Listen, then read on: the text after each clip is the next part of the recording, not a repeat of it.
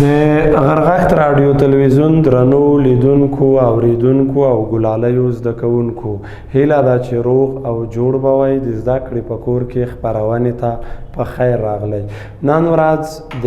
12م صنف د مضمونونو نوبت دی. په ریاضي کې مو تیر ساعت کې د یو په تاوان د لای تنهي ابهام په خلاصولو باندې خبرې کړې وې او د دې ابهام په عمومي حالت باندې غږېدلي وو چې که چیرې یو سوال د لیمیټ یو په توان د لای تنهي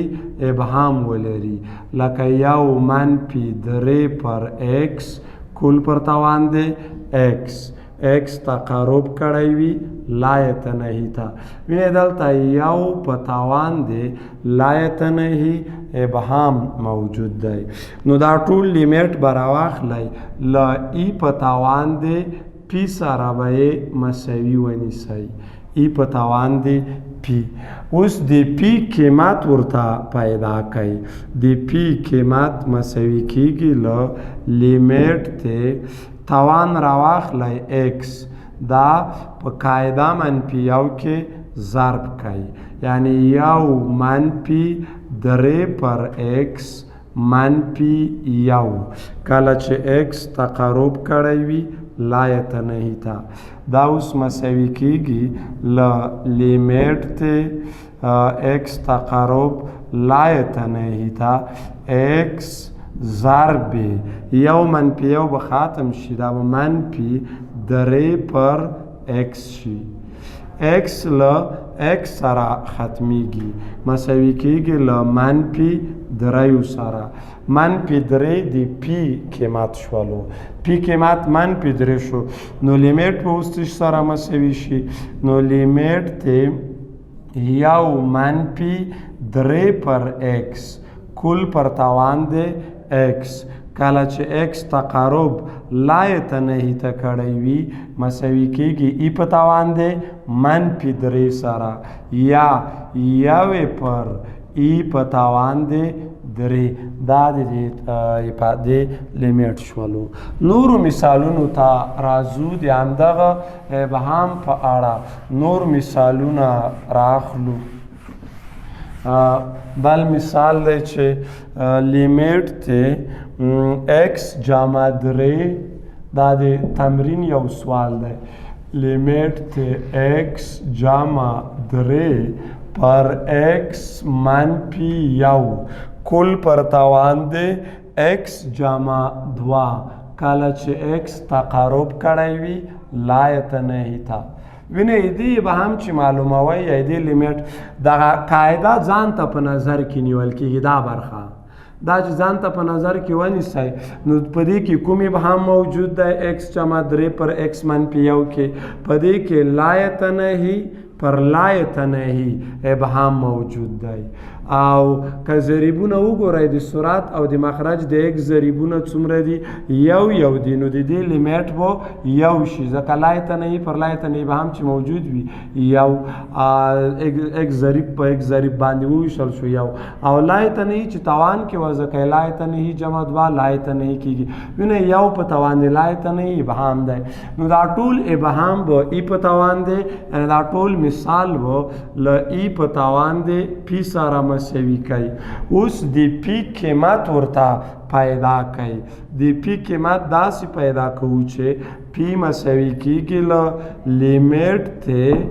لیمیټ ته توان راواخلی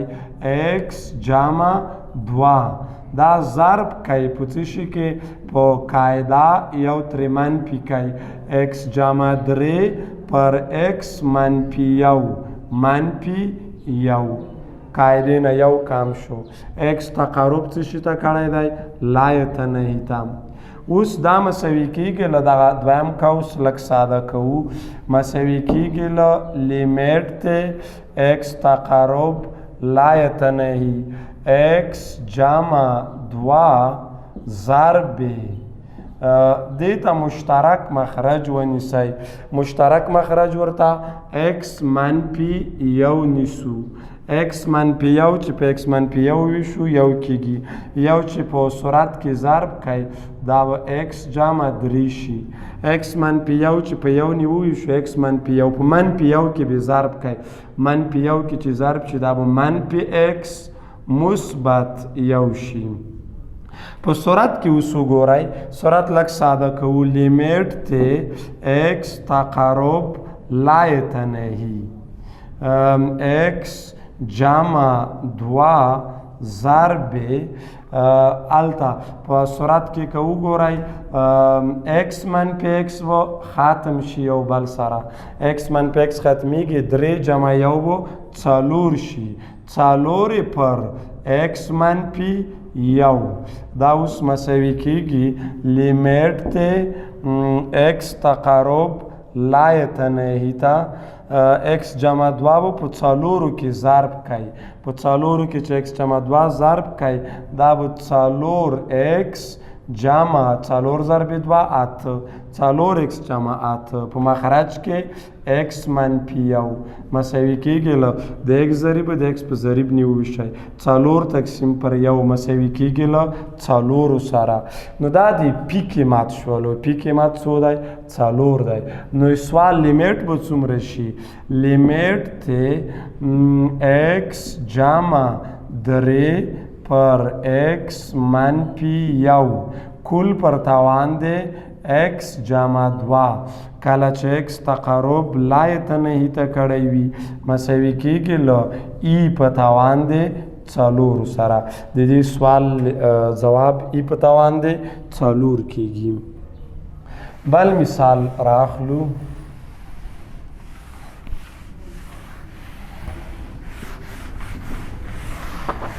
بل مثال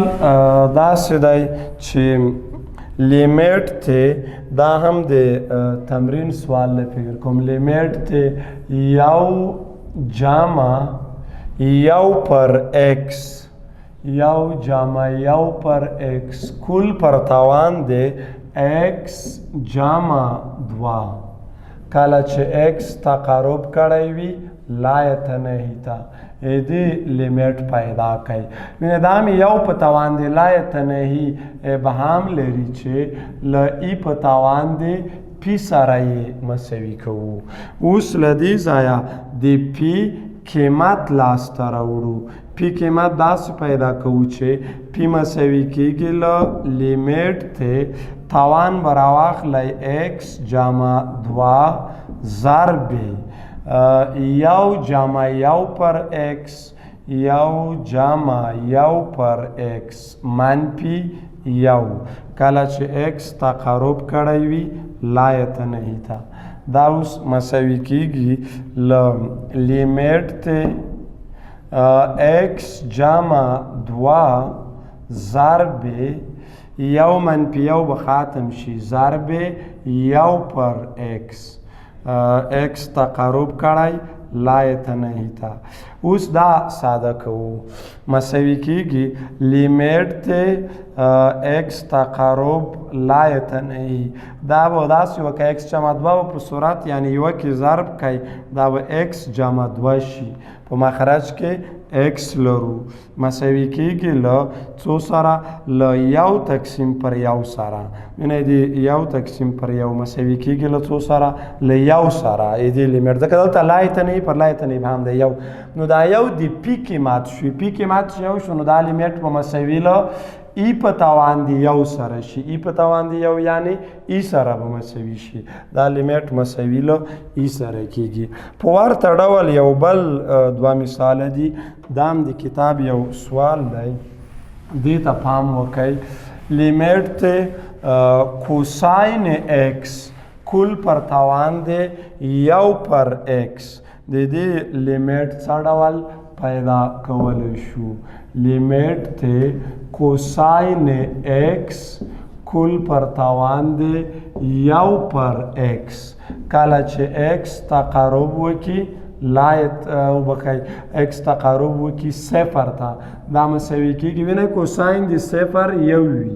او توان یو پر صفر لا يتناهي یعنی یو په توان دی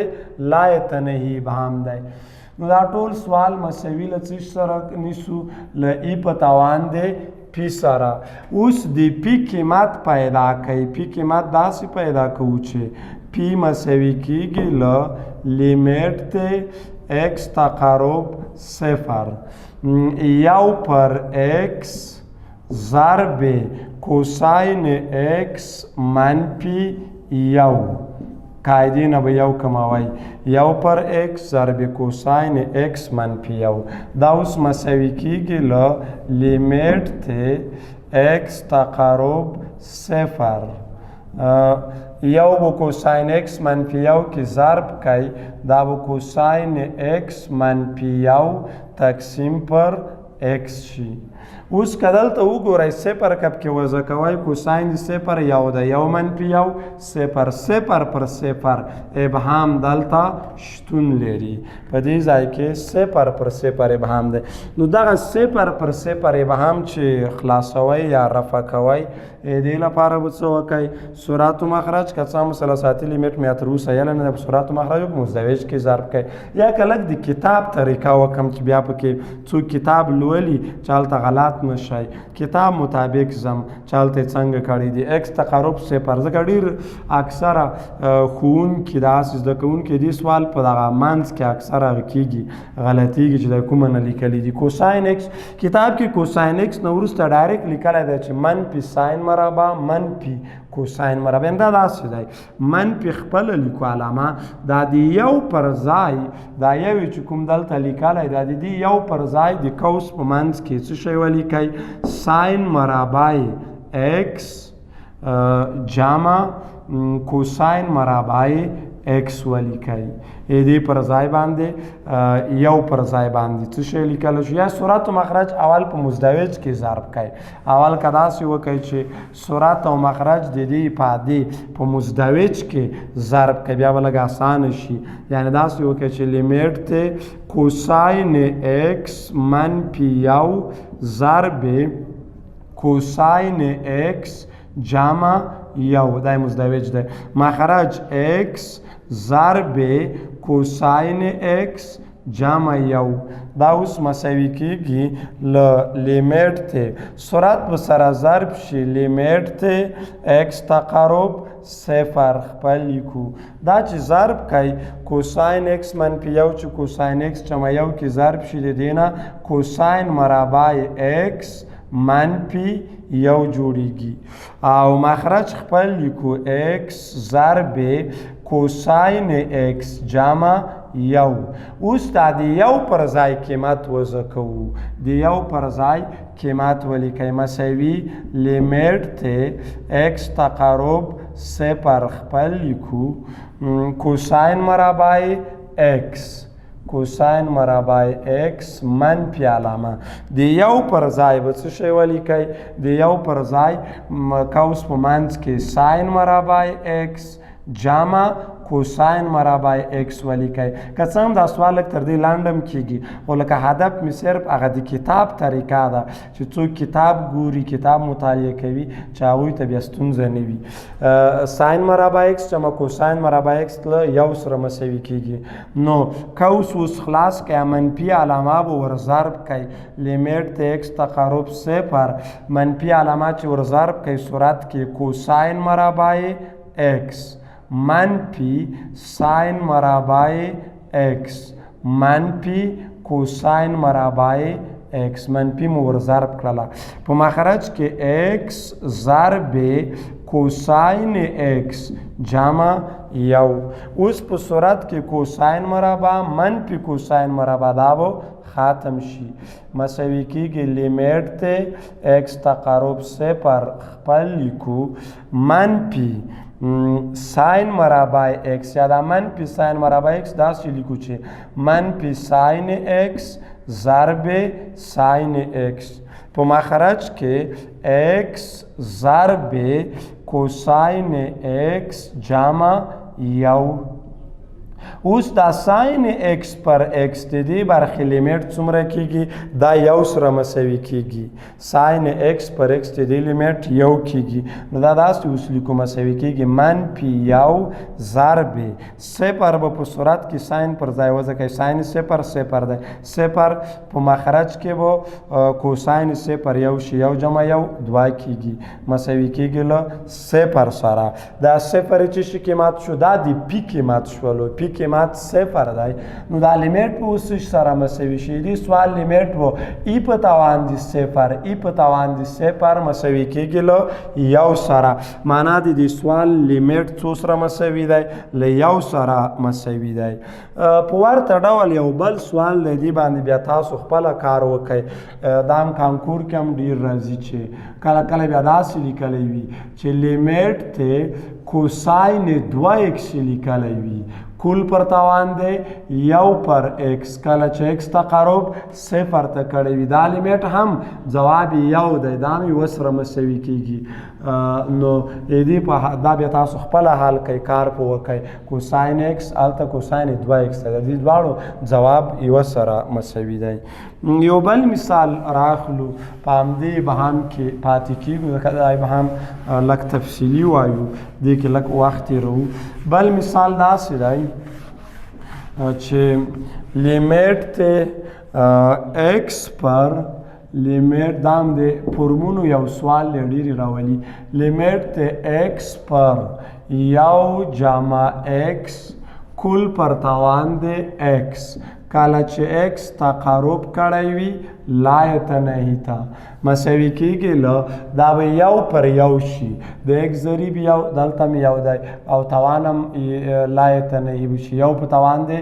لایتنهی ابهام دی دا یو په توان دی لایتنهی ابهام دی نو څه سره مساوي ونیسئ له ای په توان دی پی سره مساوي کوي اوس د پی قیمت ورته پیدا کوي د پی قیمت داسې پیدا کوو ورته چې پی مساوي کیږي له لیمیټ ته پی مساوي کیږي لیمیټ ته ایکس ضرب ایکس پر یو جمع ایکس منفي یو ایکس تقرب کوي څو ته لایتنهی ته دا اوس مساوي له لیمیټ ته ایکس تقرب لایتنهی ایکس ضرب دا به مخرج ته به یو دې ته به مشترک مخرج ونیسئ مشترک مخرج ورته یو جمع ایکس نیسو یو جمع ایکس چې په یو جمع ایکس وشو یو ضرب ایکس به ایکس شي یو جمع ایکس چې په یو نیوي شي هماغه یو جمع ایکس په منفي یو کې به ضرب شي منفي یو کې چې دا ضرب شي دا به منفي یو منفي ایکس شي نو دا اوس مساوي کیږي له ایکس او منفي ایکس به ختم شي مساوي کیږي له لیمیټ ته ایکس تقرب لایتنهی ته ایکس ضرب منفي یو پر یو جمع ایکس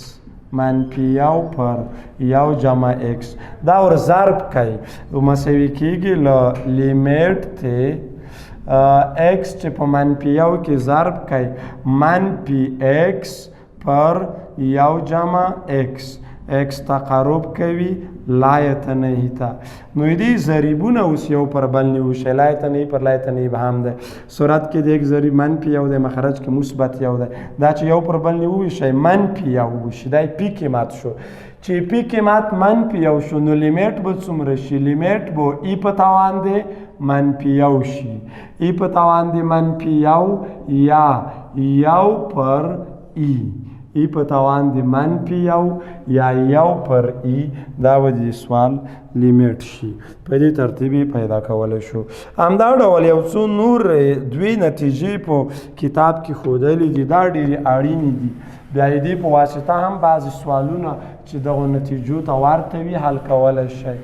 یو څو پایلې یا نتیجې دي په دې برخه کې یو پایله یا نتیجه داسې ده چې لیمیټ ته لن یا LN یو جمع ایکس پر ایکس کله چې x تقارب کړی وي صفر ته دا لیمیټ پیدا کوي وینئ صفر که وځکئ دلته و ln یو ln د یو یا د یوه لوګاریتم څه شی وي صفر وي او مخرج کې صفر پر صفر ابهام موجود دی دا ابهام څنګه خلاصولی شئ دا داسې ولیکئ چې لیمیټ ته دا پاس افاده لیکو چې یو پر x د مخرج کې x ورته مخته کوو یو پر x ضرب ln یو جمع x x تقارب څه شي ته کوي صفر ته دا اوس مساوي کیږي له لیمیټ ته x تقارب صفر دا یو پر x ضریب دی دا یو پر x ضریب چیرته یوسئ دا توان ته یوسئ لوګاریتم ته چې عدد ور ضرب وي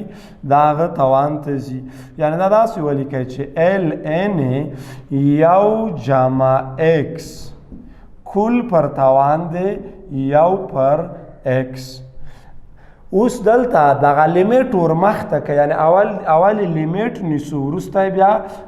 طبیعي لوګاریتم پیدا کوو دا داسې اوس لیکو چې ln لیمیټ ته یو جمع x کل پر توان دی یو پر x x تقارب کوي څه شي ته صفر ته نو دا لیمیټ یو جمع x کل پر توان دی یو پر x ته x تقارب صفر ته وکړي دا له څه سره مساوي دی دا د ای سره مساوي دی نو ln خپل وسره ولیکئ یعنې ln ای طبیعي لوګاریتم د ای ځکه طبیعي لوګاریتم هغه ده چې قاعده یې ایوي دي قاعده هم ای ده نو دا مساوي دی له یو سره یعنې دغه سوال لیمیټ له څو سره مساوي کیږي له یوه سره مساوي کیږي یا یو بل مثال راخلو هغه هم په هغه څلورو نتیجو کې لیکلی ده دوه نتیجې مې مخکې لیکلې وي یو دا پکې مهمه وه یو بل سوال دی چې لیمیټ ته ای په توان د x منفي یو پر x x تقارب کوي صفر ته مساوي کیږي ای په توان د صفر و یو شي یو منفي یو صفر پر صفر ابهام موجود دی دې ابهام د خلاصولو لپاره به څه وکئ ای په توان د x منفي یو چې صورت کې لرو دا مساوي په وای سره وښیئ ای په توان د x منفي یو مساوي وای سره دې ځای نه د x قیمت پیدا کوو ای په توان د x په مساوي شي دا منفي یو ښي طرف ته ولګي دا مثبت یو جمع وای شي دواړو خواو طبیعي لوګاریتم واخلئ ln ای په توان د x مساوي کیږي له ln یو مثبت وای ln ای په توان د x چې دی دا د x را مساوي کیږي او هغه خپل لیکو ln یو جمع وای اوس دا قیمتونه راواخلئ او په دې پاس سوال کې وضع کوئ دا چې وضع کوئ داسې کیږي چې لیمیټ ته ای په توان د x منفي یو پر ځای وای ولیکئ او مخرج کې د x پر ځای ln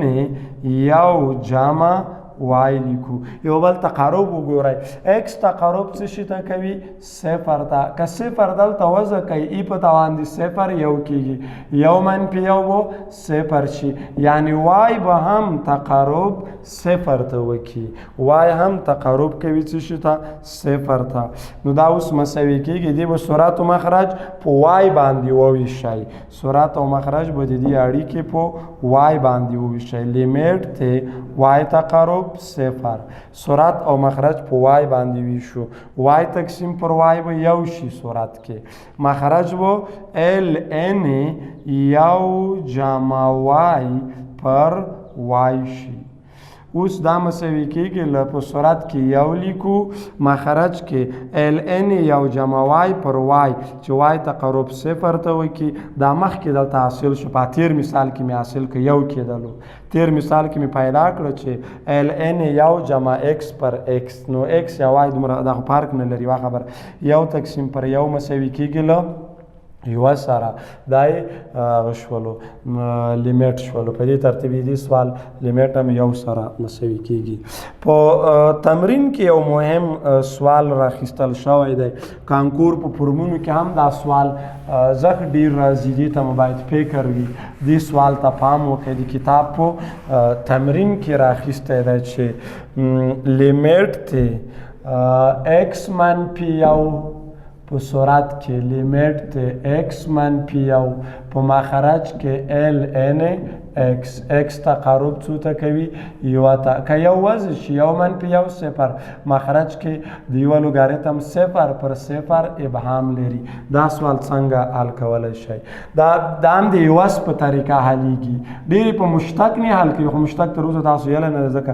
ایکس منفي یو مساوي وای کوو. ایکس به مساوي شي له یو جمع وای سره. ایکس تقارب څو ته کوي؟ یو ته. دا یو راواخله دلته د ایکس پر ځای ولیکه. ایکس پر ځای چې یو ولیکه یو منفي یو به صفر شي، معنا وای به مساوي له صفر سره شي. مساوي کېږي خو نه، خو نږدېوالی کوي، یعنې وای به تقارب صفر ته وکړي.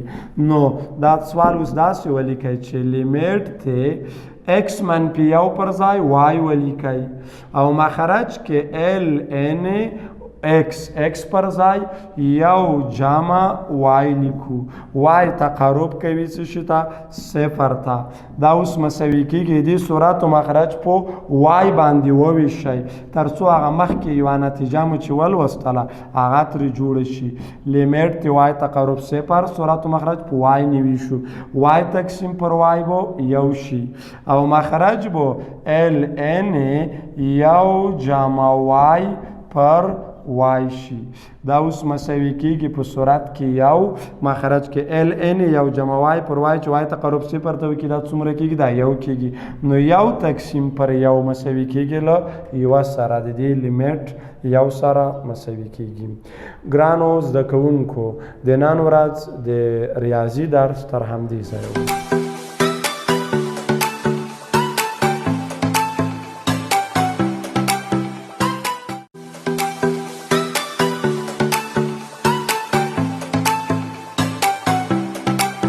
ګرانو زده کوونکو، د 12م صنف د فزیک نوبت دی.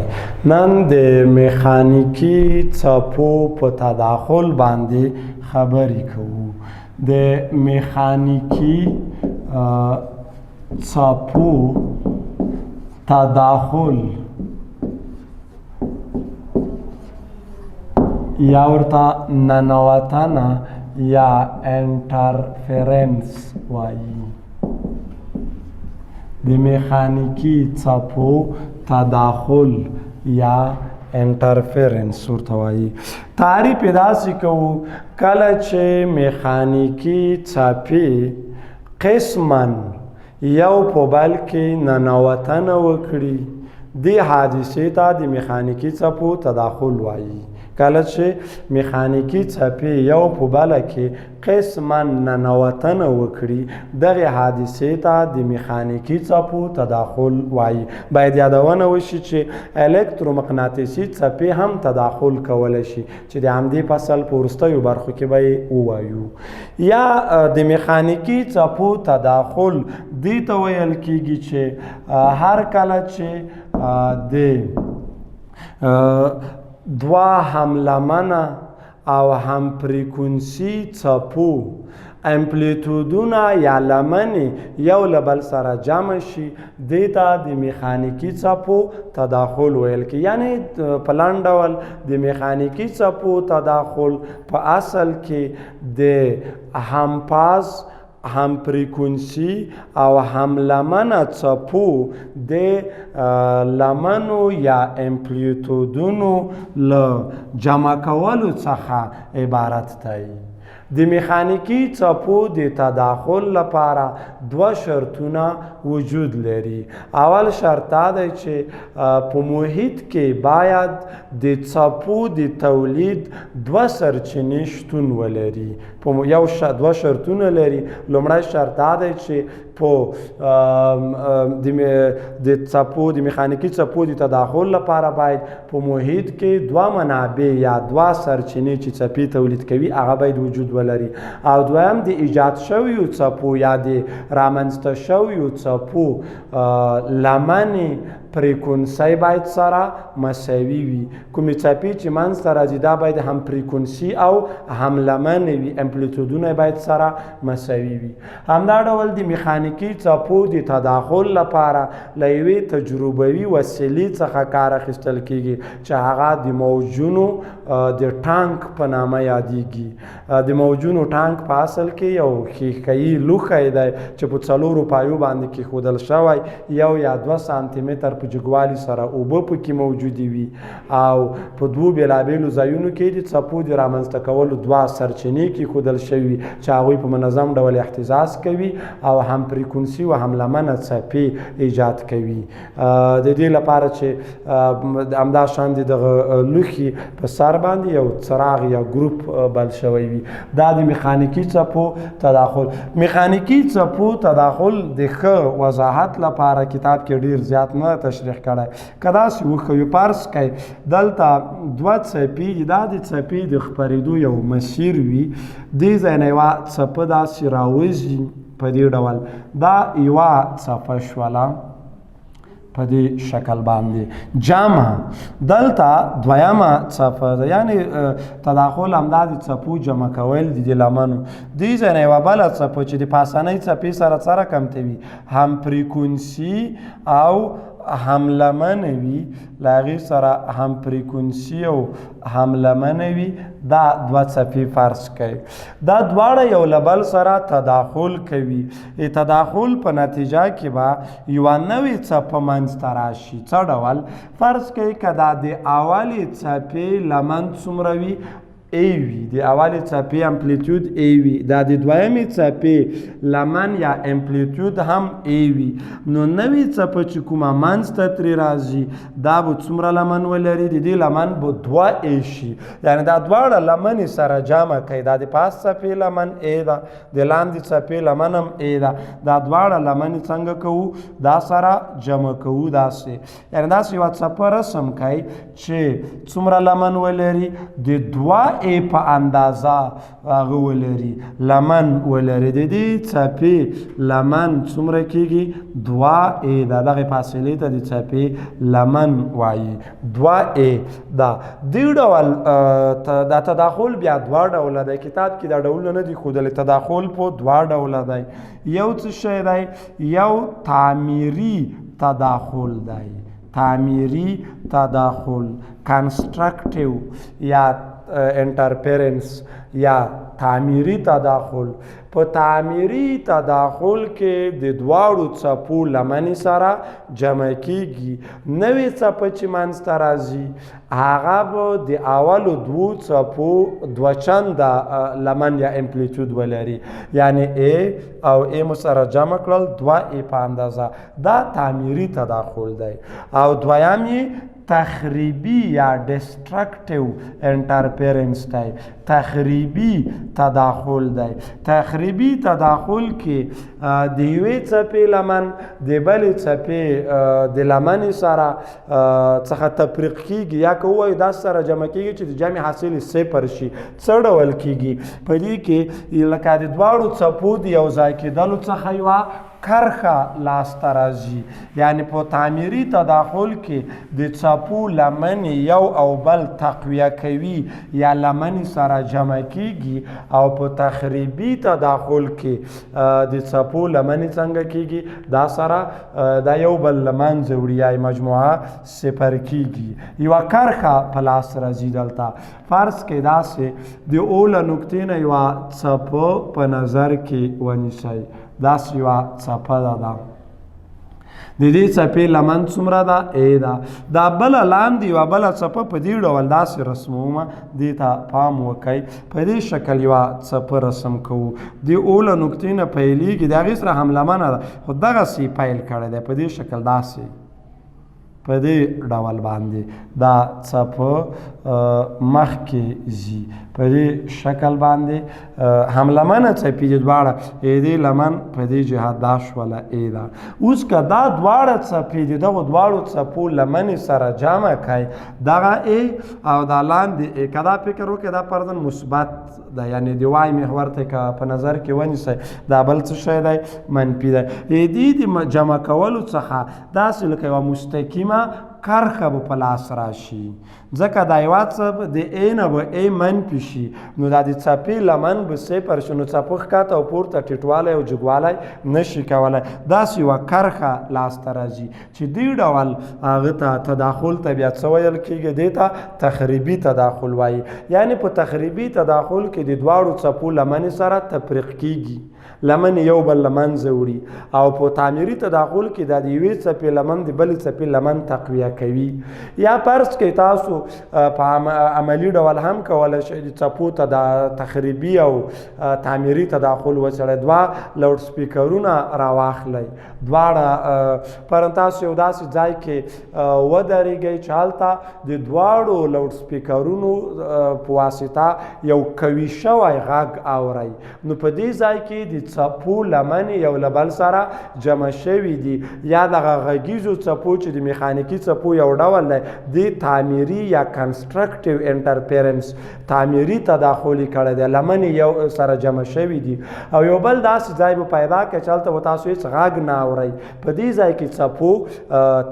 تخریبي تداخل کړی دی یعنې د څپو لمنې له یو بل څخه تفریق شوي دي.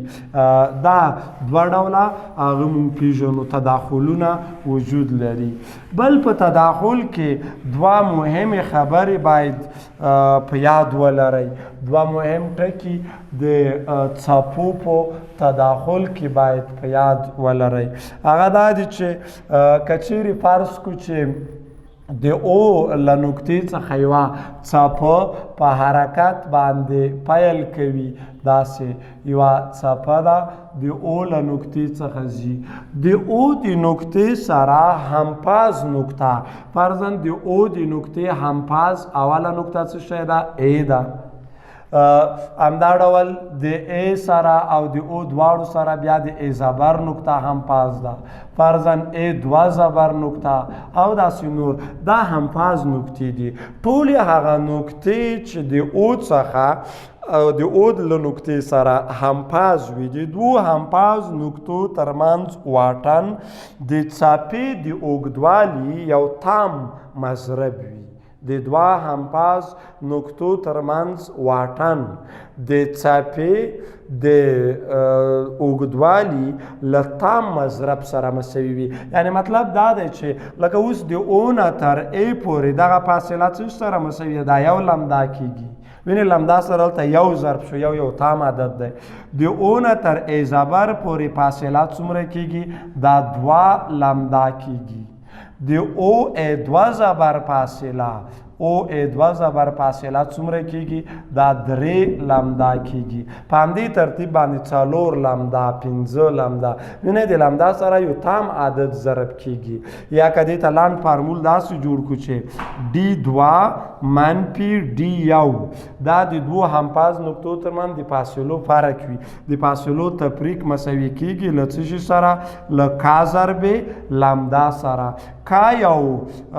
طبیعي عدد دی که دلته ووایو یعنې کا یو دوه درې څلور پنځه دا قیمتونه اخیستی شي خو ولې کا ته صفر قیمت نشو ورکولی. کا د صفر خلاف ته یو دوه درې څلور دا قیمتونه تام قیمتونه ورته ورکوي. نو د دوو همپاز نقطو ترمنځ چې کله فاصله پیدا کوئ د دوی ترمنځ فاصله د لمدا یا د څپې د اوږدوالي له یو تام مضرب سره مساوي ده. یعنې تام عدد لکه دوه لمدا پنځه لمدا لس لمدا سل لمدا دا د هغه اوږدوالی کې همدا شان